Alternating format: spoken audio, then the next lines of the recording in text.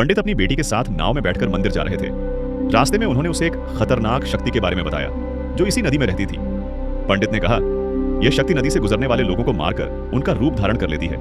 लेकिन लड़की को इन बातों पर विश्वास नहीं हो रहा था। वह इसे बस एक कहानी समझ रही थी और पानी से खेलते हुए आगे बढ़ रही थी। तभी अचानक उसका हाथ एक पत्थर से टकरा गया, जिससे उसका हाथ कट गया और खून बहने लगा। खून साफ करने के लिए उसने अपना हाथ पानी में डुबो दिया।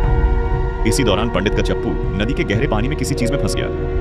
वहीं पर वह काली शक्ति कैद थी। जैसे ही पंडित ने चप्पू को बाहर खींचा तो वह शक्ति आजाद हो गई और खून के संपर्क में आते ही उसने लड़की का रूप धारण कर लिया। वह लड़की की तरह देख तो रही थी, लेकिन उसके हाव भाव कुछ अलग थे। उसने अचानक पानी से एक जिंदा मछली पकड़ी और उसे खाने लगी। ये देखकर पंडित ने कहा, बेटी मछली फेंक दो, लेकिन उसने पंडित की बात अनसुनी कर दी। तभी नाव जोर जोर से हिलने लगी और पंडित को एक अनजाना डर महसूस हुआ। पंडित ने जैसे ही नदी में झांका तो उसकी आंखें फटी रह गईं।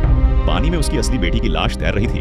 ये देखकर पंडित पूरी तरह टूट गया। उसे समझ आ चुका था कि उसकी बेटी की जगह अब एक शैतानी शक्ति ने ले ली है। वह दुष्ट आत्मा पंडित पर हमला करने ही वाली थी कि पंडित ने जल्दी से उसके शरीर पर पवित्र जल छिड़क दिया। जल के छूते ही शैतान कमजोर पड़ने लगा। इस मौके का फायदा उठाकर पंडित अपने मंत्रों का जाप शुरू किया और अपनी सिद्धियों का उपयोग करते हुए उस आत्मा को एक लौटे में कैद कर लिया। लेकिन अब पंडित अपनी बेटी के बिना घर नहीं लौट सकता था, इसलिए उसने उस शैतान को अपनी बेटी के रूप में घर ले जाना बेहतर समझा। कुछ दिनों बाद जब वह लड़की मंदिर के रास्ते से गुजर रही थी तो गलती से उसका पैर मंदिर की परछाई पर पड़ गया। उसी पल उसे अपनी काली शक्तियों का एहसास हो गया।